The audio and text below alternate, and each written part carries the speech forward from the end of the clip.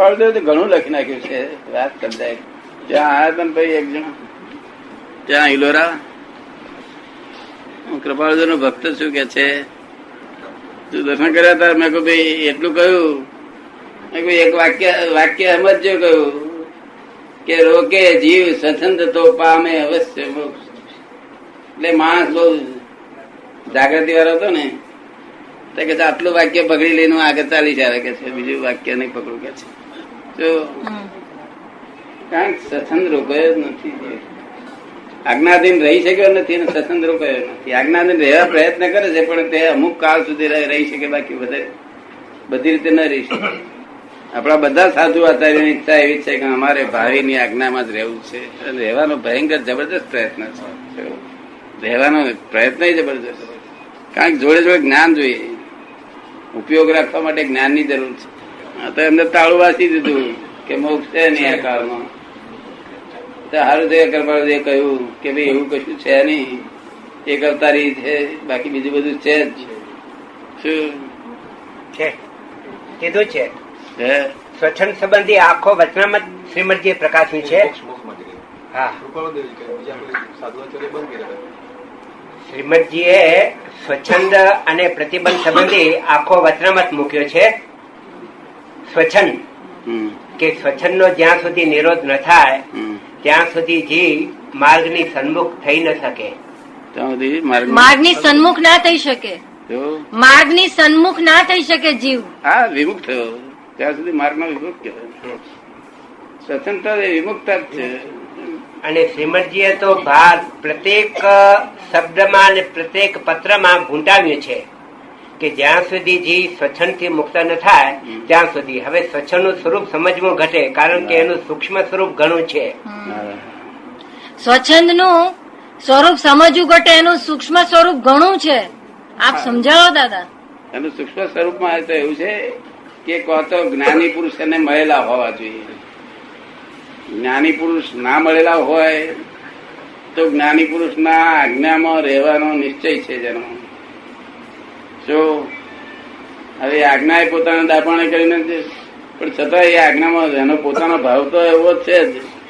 શું પણ એ આજ્ઞા પાછી પોતાના સમજણ, એટલે ત્યાં પછી થોડું થોડું લીકેજ થયા કરે બધું. તો એટલે આજ્ઞા આતા મારા બધા સાધુઓ બધા પાડે છે પણ પોતાની સમજણે કરીને. ધર્મ ધ્યાન એ બધા ભગવાનની આજ્ઞાથી પાડે છે, ધર્મ ધ્યાન સમજ્યા જ નથી. ધર્મ ધ્યાન સમજણ બહુ થઈ ગયું. જો ફક્ત આર્ત ધ્યાન રૌદ્ર ધ્યાન સમજાય છે, કારણ કે કઈડે એવી વસ્તુ છે કે કઈડે એવી તરફ માલુમ પડી જાય ને. ધર્મ ધ્યાન આર્ત ધ્યાન રૌદ્ર ધ્યાન રોકવું એ ધર્મ ધ્યાન ઊંચામાં ઊંચું છે. શું છે? આર્ત ધ્યાન રૌદ્ર ધ્યાન રોકવું એ ઊંચામાં ઊંચું ધર્મ ધ્યાન છે.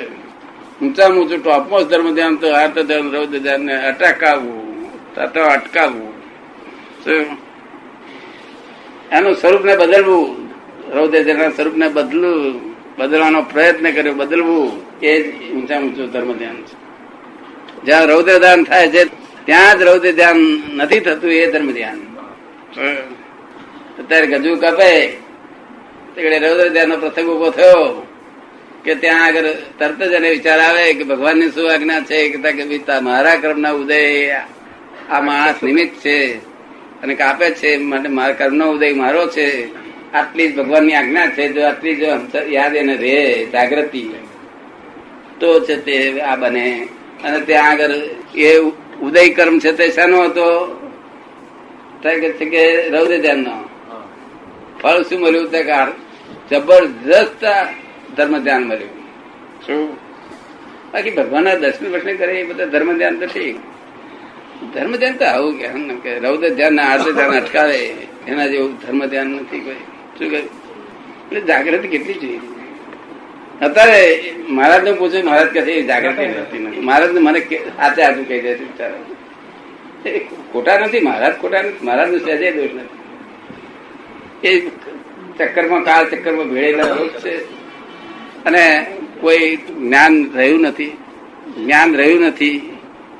કૃપાળદેવ જે ખુલ્લું કર્યું માર્ગ તે એમને છે તે અવરું બસવાથી આ ગ્રહસ્થ વેદ ભસવાથી ઊંધું જ બફાયું. શું થયું? ઊંધું બફાયો. ગ્રહસ્થી પાસે અમે જ્ઞાન સમજીએ નહીં, અમારી પાસે ગ્રહસ્થી સમજવું જોઈએ.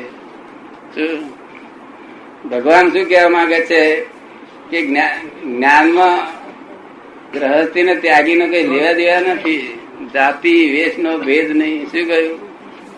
કયો માર્ગ જો હોય સાધે તે મુક્તિ લહે, એમાં ભેદ ન કોઈ. એટલે ભગવાન આ તો કૃપાળજી કોઈ પણ ભગવાને ચોખ્ખું કહ્યું છે શું? કે ગમે તે વેશે ગમે તે લિંગે જ્ઞાન થાય.